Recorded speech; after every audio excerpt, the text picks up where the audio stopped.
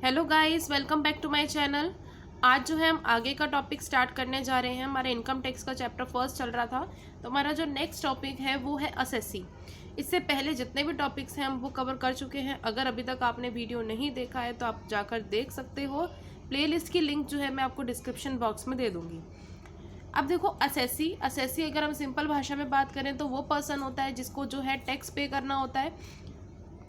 अब अगर हम इनकम टैक्स के अकॉर्डिंग देखें under the section 2 and sub section 7, तो इसके अंदर हम असेसी किस किस को इंक्लूड करेंगे, कौन कौन सा पर्सन जो है एज अ असेसी दिखाएंगे, और साथ में कौन सा ऐसा पर्सन है जो कि उस इनकम पर टैक्स पे करेगा। तो यहाँ पे देखो, सबसे पहला क्या है, an assessee means a person who is liable to pay any tax. जो कि कोई भी पर्सन ऐसा है जिसको टैक्स भरना है तो वो पर्सन को हम असेसी बोलेंगे। या फिर वो person who is liable to pay any other sum of money under this act, या वो एज अ पर्सन जिसको जो है कोई और सम ऑफ अदर मनी भी पे करनी है इस एक्ट के अंदर, जैसे इंटरेस्ट हो गया, पेनल्टी हो गया। In respect of whom any proceedings under this act has been taken for the assessment of his income और assessment of fringe benefits। अब इसमें क्या है कि कोई ऐसी प्रोसीडिंग्स चल रही है जिसका बेनिफिट वो ले रहा है, जैसे फ्रिंज बेनिफिट्स देते हैं या इनकम पर कुछ ऐसे बेनिफिट्स लेना, एक्स्ट्रा बेनिफिट्स लेना। तो अगर वो कोई ऐसे एक्स्ट्रा बेनिफिट्स जो है वो ले रहा है तो उसके ऊपर भी उसको टैक्स पे करना पड़ रहा है, तो उसको हम एसएससी बोलेंगे और वो पर्सन इंक्लूड होगा और एज अपनी इनकम के ऊपर टैक्स पे करेगा। In respect of whom any proceedings under this act has been taken for the amount of refund due to him or to such other person, या ऐसा कोई पर्सन है जिसके बिहाफ पर, जैसे कोई पर्सन है उसका अमाउंट ऑफ रिफंड बनता था, उस अमाउंट ऑफ रिफंड को वापस करना है, या कोई ऐसा सच अदर पर्सन, कोई ऐसा पर्सन है जो कि उसके बिहाफ पर भी टैक्स पे करेगा, तो उसको भी हम असेसी बोलेंगे। अब यहाँ पर ऐसा कोई पर्सन जिसको असेसमेंट ऑफ द इनकम के असेसमेंट में लिया तो जाएगा, किस हिसाब से, ऑफ एनी अदर पर्सन। जैसे मान लीजिए कि अगर कोई इनकम कोई पर्सन अर्न कर रहा है और उस इनकम के ऊपर कोई दूसरा पर्सन टैक्स पे करेगा, तो उसको भी हम असेसी ही मानेंगे और उसकी जो इनकम है वो असेसेबल होगी और उसके ऊपर उसको टैक्स जो है वो पे करना पड़ेगा। अब इसमें जैसे एक एग्जांपल ले सकते हैं कि जैसे मान लो कि एक डॉटर है, माइनर डॉटर है, और वो इनकम को अर्न कर रही है, किसी भी तरह से अपने टैलेंट के थ्रू कर रही है, तो उस केस में अगर उसके ऊपर टैक्स लगेगा तो वो कोई अदर पर्सन यानी उसका कोई गार्जियन टैक्स पे करेगा उसके बिहाफ पर। तो यहाँ पे वो केस है, तो उसके बिहाफ पर जो गार्जियन पे करेगा उसको ही हम असेसी बोलेंगे। फिर in respect of whom any proceedings under this act has been taken for the assessment of loss sustained by him or any other person, या ऐसा कोई असेसमेंट कर रहे हैं, किसी ने लॉस बियर किया है, जैसे अगर हम बोलें बिजनेस या प्रोफेशन की बात बोलें तो बिजनेस के अंदर अगर आपको लॉस भी हो रहा है तो भी आपको उस असेसमेंट ईयर के अंदर टैक्स पे करना पड़ेगा। और उसमें क्या होता है कि अगर आपका टैक्स तो बनेगा नहीं क्योंकि आपका लॉस हो रहा है, बट आपको वो असेसमेंट करना पड़ेगा, उसका पूरा एक जो इनकम टैक्स एक्ट के अंदर आईटीआर फाइल होता है वो आपको फाइल करना पड़ेगा। ठीक है, तो उसको भी हम एसएससी के अंदर इंक्लूड करेंगे, बेशक से आपने लॉस भी बियर किया हुआ होगा। तो who is deemed to be an assessee under the any provision of this act, अगर कोई भी ऐसा पर्सन है जो कि एसएससी माना जाएगा इस एक्ट के अंदर, तो उसको भी हम एसएससी के अंदर इंक्लूड करेंगे और उसको भी जो है टैक्स पे करना होगा, वो एसेसेबल पर्सन होगा। Who is deemed to be an assessee in default, अगर कोई ऐसा पर्सन है जो कि असेसी इन डिफॉल्ट है किसी भी प्रोविजन ऑफ एक्ट के अंदर, इसी एक्ट की प्रोविजन के अंदर, तो उसको भी हम एसएससी के अंदर इंक्लूड करेंगे। अब देखो यहाँ पर अभी हमने दो टर्म की बात डिस्कस करी, एक तो डीम्ड असेसी के बारे में बात की और एक अभी हमने बात की है असेसी इन डिफॉल्ट। अब ये दोनों होते क्या हैं इसको भी हम डिटेल में करते हैं। देखो, डीम्ड असेसी क्या होता है, a person who is deemed to be an assessee, person जिसको हम मान लेते हैं कि ये असेसी है फॉर सम अदर पर्सन, किसी और दूसरे पर्सन के लिए। इसके बारे में भी हमने डिस्कस किया था कि माइनर डॉटर है और वो अगर किसी भी तरह से इनकम को जनरेट कर रही है तो उसके बिहाफ पर कोई अदर पर्सन अगर टैक्स को पे करेगा तो उसको हम डीम्ड असेसी बोलेंगे, कि माना जाएगा कि यही पर्सन जो है इस दूसरे पर्सन का असेसी है। ठीक है, उसके बिहाफ पर पे कर रहा है वो। अब देखिए यहाँ पे एग्जाम्पल दे रखे हैं मैंने आपको दो। After the death of a person की डेथ के बाद उसका जो भी लीगल रिप्रेजेंटेटिव होगा एसएससी का, उसको उस इनकम के ऊपर, जो कि डिसीज पर्सन की जो इनकम है उसके ऊपर जो है टैक्स पे करना होगा, और अगर वो टैक्सेबल होगी तब, which is the tax is not been paid by the person before his death, और जो कि उस पर्सन ने उसको पे ही नहीं किया। कहने का क्या मतलब है, देखो जैसे ए पर्सन है और यहाँ बी पर्सन है, ये जो ए पर्सन है इसका नॉमिनी बी पर्सन है, ठीक है, हम ऐसे मान लेते हैं नॉमिनी जो है वो बी पर्सन है।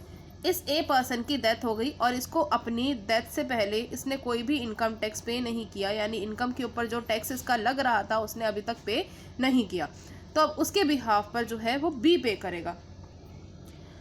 ये वाला जो बी पर्सन है अब इस वाले के बिहाफ पर टैक्स को पे करेगा, क्योंकि ये जो है उसका नॉमिनी है, या आप कह सकते हैं अब इसको क्या बोल दिया जाएगा, डीम्ड असेसी, ठीक है, ये पर्सन ही डीम्ड असेसी कहलाएगा।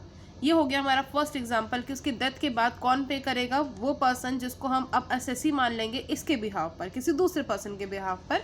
अब दूसरा ऐसा ही हमारा एक और पॉइंट है, एक और एग्जांपल है, a person representing a foreigner or a minor or a lunatic is treated as an assessee for the income of such foreigner or minor or lunatic। अब इसमें अगर कोई पर्सन, जैसे मैंने आपको बताया था कि एक माइनर डॉटर है, ठीक है, अब माइनर डॉटर जो भी इनकम को अर्न कर रही है उसके ऊपर जो टैक्स है वही पर्सन करेगा पे, जो कि उसका रिप्रेजेंटेटिव होगा या फिर अगर उसका कोई गार्जियन होगा, ठीक है। अब ये पर्सन जो है उसके बिहाफ पर टैक्स पे करेगा, क्योंकि ये पर्सन सभी माइनर है, या फिर इसकी बात अगर हम ले ल्यूनेटिक पीपल की, ल्यूनेटिक मतलब थोड़ा सा उसका दिमागी हालत ठीक नहीं है और उसका गारंटी किसी दूसरे पर्सन ने ले रखा है, उसका कोई दूसरा रिप्रेजेंटेटिव है, तो वो पर्सन ही उसका जो है टैक्स पे करेगा। और इस पर्सन को, इन्हीं पर्सन को जो रिप्रेजेंटेटिव है या गार्जियन है, इन्हीं पर्सन को हम क्या बोलेंगे, डीम्ड असेसी। समझ आया। अब उसके बाद है असेसी इन डिफ़ॉल्ट। अब असेसी इन डिफ़ॉल्ट का क्या मतलब है कि ऐसा कोई पर्सन जो कि पे करने के लिए या अपना काम करने के लिए रिस्पॉन्सिबल था उस एक्ट के लिए, बट वो अपना काम नहीं कर पाया, तो उसको हम असेसी इन डिफ़ॉल्ट बोलेंगे, ठीक है। जैसे एक पर्सन है, इसमें एग्जांपल देखो, अब पेमेंट करते समय जैसे सैलरी अगर कोई पे कर रहा है, ठीक है, अगर कोई भी पर्सन, मान लो एक एम्प्लॉयर है, उस एम्प्लॉयर को सैलरी पे करनी है अपने एम्प्लॉयज़ को, और वो सैलरी पे करते टाइम टीडीएस काटता है, और ये बोला हुआ है इनकम टैक्स एक्ट के अंदर कि जो भी एम्प्लॉयर है वो अपने एम्प्लॉय को सैलरी जो देगा वो टीडीएस काट के देगा, और ये जो टीडीएस है ये किसको जाएगा, गवर्नमेंट को जाएगा सीधा, और ये पे करना भी गवर्नमेंट का काम है, पे करना भी एम्प्लॉयर का काम है, ठीक है। अब इस केस में क्या होगा, मान लो एम्प्लॉयर ने सैलरी में से टीडीएस तो डिडक्ट कर दिया, सैलरी में से टीडीएस तो उसने डिडक्ट कर दिया। टीडीएस क्या होता है, टैक्स डिडक्टेड एट सोर्स, ठीक है। ये हम आगे डिटेल में एक चैप्टर है पूरा, उसको कंप्लीट करेंगे तब आपको अच्छे से समझ में आ जाएगा किस तरह से किस परसेंट पे कटता है। अभी सिर्फ इतना समझने की बात है कि असेसी इन डिफ़ॉल्ट किसको बोलते हैं। एम्प्लॉयर जो है उसने सैलरी पे करते समय टीडीएस जो है वो डिडक्ट कर दिया। अब टीडीएस काटने के बाद अब उसकी एक और जिम्मेदारी बनती थी कि वो गवर्नमेंट को वो टैक्स पे करे, ये वाला जो टीडीएस का अमाउंट है वो पे करे, बट वो टीडीएस का अमाउंट पे करने के लिए फेल हो गया, भूल गया, या बाय चांस उसने पे नहीं किया किसी भी रीज़न की वजह से, तो उस केस में इस पर्सन को, जो ये एम्प्लॉयर है, इसको हम क्या बोलेंगे, असेसी इन डिफ़ॉल्ट, कि ये इसका काम था, इसने ये काम नहीं किया, और टैक्स के अंदर बोला गया है इसको कि टीडीएस गवर्नमेंट को देगा, उसको काटेगा, तो इसने ये काम नहीं किया, तो इस पर्सन को क्या बोल दिया जाएगा, असेसी इन डिफ़ॉल्ट, ठीक है। अब आगे देखते हैं असेसमेंट ईयर और प्रीवियस ईयर क्या होता है, सिंपल सी भाषा में समझेंगे असेसमेंट ईयर और प्रीवियस ईयर को। देखो असेसमेंट ईयर जो है वो होता है आपका जो अभी करंट ईयर चल रहा है, ठीक है। Previous year the year in which income is earn, previous year वो ईयर जो कि इनकम अर्न की गई। अब देखो समझने वाली बात क्या है, प्रीवियस ईयर, प्रीवियस ईयर कौन सा ईयर हुआ, जहां पर मैंने इनकम को अर्न किया, ठीक है। अब यहाँ पर मेरी इनकम जनरेट हुई है, बट इसका जो टैक्स है वो मैं नेक्स्ट ईयर भरूंगी, और वो नेक्स्ट ईयर कौन सा ईयर होता है, असेसमेंट ईयर। कौन सा ईयर होता है वो, असेसमेंट ईयर। अच्छा, ये बात तो क्लियर हो गई जी कि हमारा जो प्रीवियस ईयर है उसमें हम इनकम को अर्न करते हैं, बट टैक्स कब पे करते हैं, असेसमेंट ईयर के अंदर। अब जैसे मान लीजिए हमारा अभी असेसमेंट ईयर, ये जो करंट ईयर है, सिंपल सी बात है, आपको ये ध्यान रखना है कि assessment year is the current year, ठीक है। अब करंट ईयर क्या है, 1 अप्रैल 2025 टू 31 मार्च 2026, ये हमारा असेसमेंट ईयर हुआ। अब इसके अंदर हम टैक्स पे करेंगे हमारे प्रीवियस ईयर का, कौन से ईयर का, प्रीवियस ईयर का। तो वो कौन सा ईयर हो जाएगा हमारा, 1 अप्रैल 2024 31 मार्च 2025, ये हो गया हमारा प्रीवियस ईयर। इसके अंदर जो मैंने इनकम अर्न करी होगी, इतना पैसा कमाया होगा जितना भी पूरे साल के अंदर, उसका टैक्स मैं इस ईयर में आके भरूंगी, ठीक है। अब जनरली जो आपका असेसमेंट ईयर होता है वो हमेशा, ये ध्यान रखना, वो हमेशा फुल 12 मंथ्स का ही रहेगा, क्योंकि हमारा असेसमेंट ईयर इसी में ही रहेगा, यही इसी के अंदर ही लाया करेगा। बट प्रीवियस ईयर ज़रूरी नहीं है कि आपका वो 12 मंथ्स का ही हो, कोई ज़रूरी नहीं है।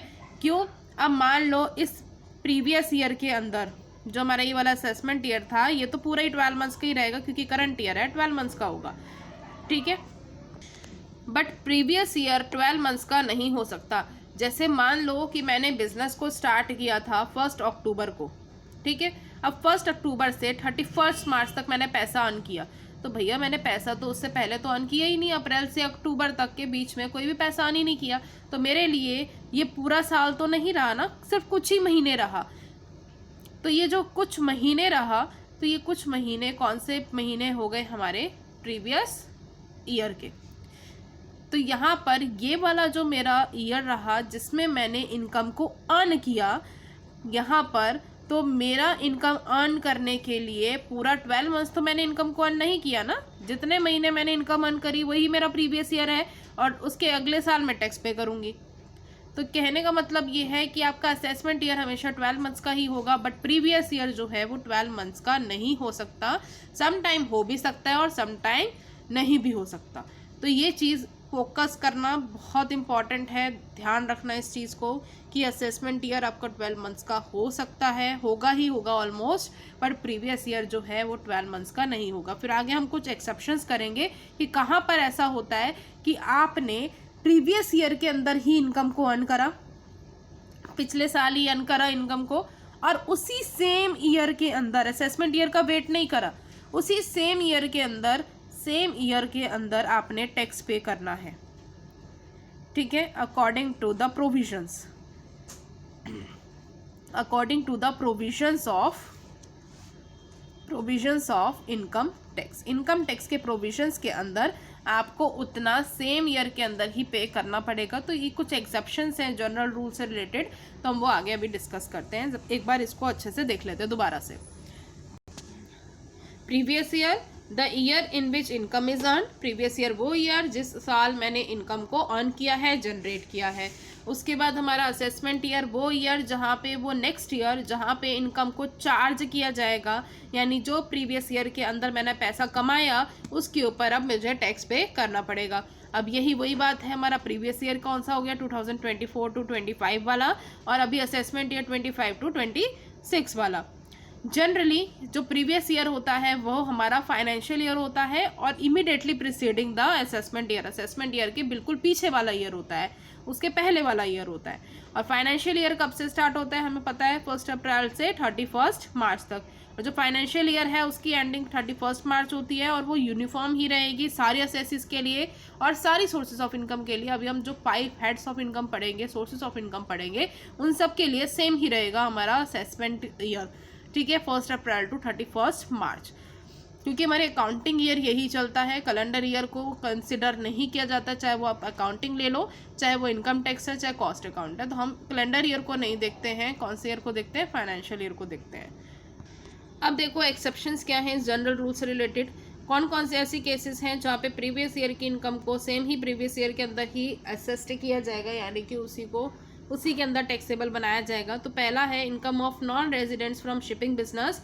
अगर कोई सा भी ऐसा इनकम है जो कि डिराइव्ड हुआ है नॉन रेजिडेंट्स के द्वारा और वो शिपिंग बिजनेस को कैरी कर रहा है, और क्या से कैरी कर रहा है, कैरिंग पैसेंजर को कैरी कर रहा है, लाइव स्टॉक को कैरी कर रहा है, मेल को कैरी कर रहा है, या फिर गुड्स जो है उनको शिफ्ट कर रहा है एक पोर्ट पर इंडिया के अंदर, तो वो इनकम जो है टैक्सेबल मानी जाएगी और 7.5% अमाउंट ऑफ टैक्स पे करना पड़ेगा, या फिर payable on such account of such carriage will be deemed to be the income, और जितना भी उनको कैरेज के लिए पैसा मिलेगा वो उनकी इनकम मानी जाएगी। नेक्स्ट है income of persons living India. अगर कोई ऐसा पर्सन है जो कि इंडिया को छोड़ के जाने वाला है उसी करंट ईयर के अंदर या शॉर्टली आफ्टर द एक्सपायरी, जैसे ही एक्सपायरी हो जाएगा period of current assessment year का, तो उसके बाद वो छोड़ के चला जाएगा एक आध महीने के अंदर समझ लो, तो तब भी उसको जो है उसका कोई इंटेंशन भी नहीं है वापस आने का इंडिया में, तो उसको उसकी इनकम पर टैक्स सेम ही ईयर में जो है पे करना पड़ेगा। ठीक है, फिर इसमें है third point, income of association of persons और अ बॉडी ऑफ इंडिविजुअल्स और an artificial judicial person formed for a particular event और पर्पस। मान लीजिए कोई ऐसी एओपी है या फिर बीओआई है या ऐसा कोई आर्टिफिशियल जुडिशियल पर्सन है जो कि इस्टेब्लिश हुआ है या इनकॉर्पोरेट हुआ है किसी एक पर्टिकुलर पर्पस के लिए, और वो लाइकली टू डिजॉल्व, और बाद में वो डिजॉल्व होने वाला है, बिल्कुल थोड़े टाइम में ही डिजॉल्व होने वाला है असेसमेंट ईयर में ही, तो उसको क्या करना पड़ेगा, सेम ही ईयर के अंदर उसको टैक्स पे करना पड़ेगा। और क्या टैक्स पे करेगा वो, उतनी टोटल इनकम का taxable from the expiry of previous year की जितनी भी एक्सपायरी है। ठीक है, जैसे मान लो जब इसने स्टार्ट किया था उस इवेंट को, उस पर्पस को, और उसके बाद जब तक वो डिजॉल्व हो रहे हैं तो उसके बीच जितने भी उन्होंने इनकम अर्न करी है वो उसके लिए टैक्सेबल होंगी, तो उसको उसके ऊपर टैक्स जो है वो पे करना पड़ेगा, चाहे वो एओआई है, चाहे वो बीओआई है, या कोई भी आर्टिफिशियल जुडिशियल पर्सन है। फिर नेक्स्ट है transfer of property to avoid tax. अब देखो, transfer of property to avoid tax में क्या होता है कि मान लो कि किसी असेसी ने क्या किया है कि अपनी प्रॉपर्टी को ही ट्रांसफ़र कर दिया टैक्स को अवॉइड करने के लिए, तो उस केस में सेक्शन 175 के अकॉर्डिंग जो भी असेसिंग ऑफिसर बताएगा उसको कि कितना टैक्स पे करना है, तो उसको उतना ही टैक्स सेम ईयर के अंदर ही पे करना पड़ेगा। अब जैसे एक एग्जांपल लेते हैं कि मान लीजिए कि अपने जो हस्बैंड है उसने क्या किया, अपनी जो इनकम है उसको छिपाने के लिए उस प्रॉपर्टी को या उस इनकम को अपनी वाइफ के नाम पे ट्रांसफ़र कर दिया, तो उस केस में यही माना जाएगा कि वो उसके हस्बैंड की ही इनकम है, और उस पूरी इनकम के ऊपर जैसा असेसिंग ऑफिसर लगाएगा टैक्स, उसको उतना टैक्स पे करना पड़ेगा प्लस पेनल्टी के साथ। ठीक है, but in the same year में ही करना पड़ेगा। नेक्स्ट है ऑन डिसकॉन्टिन्यूएंस ऑफ अ बिजनेस और प्रोफेशन। अगर कोई ऐसा प्रोफेशन है या बिजनेस है जो आगे डिसकॉन्टिन्यू करने जा रहे हैं, तो उस केस में भी जब जिस टाइम वो डिसकॉन्टिन्यू करेंगे और उससे पहले जब स्टार्ट किया था तब तक की जो भी इनकम होगी वो सेम ईयर के अंदर ही आप जो है क्या करोगे, उसको टैक्सेबल मानी जाएगी और उसके ऊपर टैक्स पे करोगे। ठीक है, अब उसके बाद हमारे पास प्रीवियस ईयर और असेसमेंट ईयर के बीच में डिफरेंस, और ये मैंने बहुत डिटेल में अभी अभी समझाया, तो आपको सारे डिफरेंस आराम से क्लियर हो जाएंगे। देखो, सबसे पहला है कि इनकम टैक्स के अंदर प्रीवियस ईयर जो है सेक्शन 3 में डील करता है, और असेसमेंट ईयर का जो सेक्शन है वो सेक्शन 2 और सब सेक्शन 9 है। ये सेक्शंस आपको याद रखने पड़ेंगे। साथ में प्रीवियस ईयर का मतलब होता है वो फाइनेंशियल ईयर जो कि प्रीवियस जो असेसमेंट ईयर है उसकी प्रीसीडिंग है, उसी के पहले वाला ईयर है। और असेसमेंट ईयर जो है 12 मंथ्स का होता है, जो कि स्टार्ट होता है आपका हर साल अप्रैल से और एंड हो जाता है 31 मार्च को। प्रीवियस ईयर जो है वो मे बी 12 मंथ्स का भी हो सकता है और साथ में उससे लेस देन भी हो सकता है, क्योंकि न्यूली सेटअप बिजनेस हो गया या प्रोफेशन हो गया, तो उस केस में वो कभी भी हो सकता है। जैसे मैंने आपको बताया था कि मैंने बिजनेस जो है 1 अक्टूबर को स्टार्ट किया, तो उससे पहले का जो टाइम है फिर वो तो निकल गया, तो उसको तो हम नहीं गिनेंगे ना कि कितनी इनकम अर्न करी है, तो उसको तो काउंटेबल ही नहीं है वो। तो उस केस में जो प्रीवियस ईयर है वो सेम नहीं होगा 12 मंथ्स तक का, उससे लेस देन भी हो सकता है, बट असेसमेंट ईयर जो है वो ऑलवेज 12 मंथ्स का ही होगा। फिर नेक्स्ट है कि जो ईयर में इनकम अर्न की जाती है हम उसको प्रीवियस ईयर कहते हैं, और उसके नेक्स्ट ईयर जहाँ पर हमने प्रीवियस ईयर में इनकम को अर्न किया उसका नेक्स्ट वाला जो ईयर होता है उसको हम असेसमेंट ईयर बोलते हैं। सो आज जो है हम यहीं तक के टॉपिक करेंगे। अगर अभी तक आपने चैनल को सब्सक्राइब नहीं किया है तो सब्सक्राइब कर दीजिए कि आने वाली न्यू वीडियोस की नोटिफिकेशन आपको टाइम पर मिल जाए। आगे का वीडियो हम करेंगे हमारी नेक्स्ट वीडियो में। अगर वीडियो पसंद आया है तो लाइक कर दें और साथ में शेयर भी करें अपने और भी फ्रेंड्स के साथ और सोशल मीडिया प्लेटफॉर्म्स पर। Bye bye.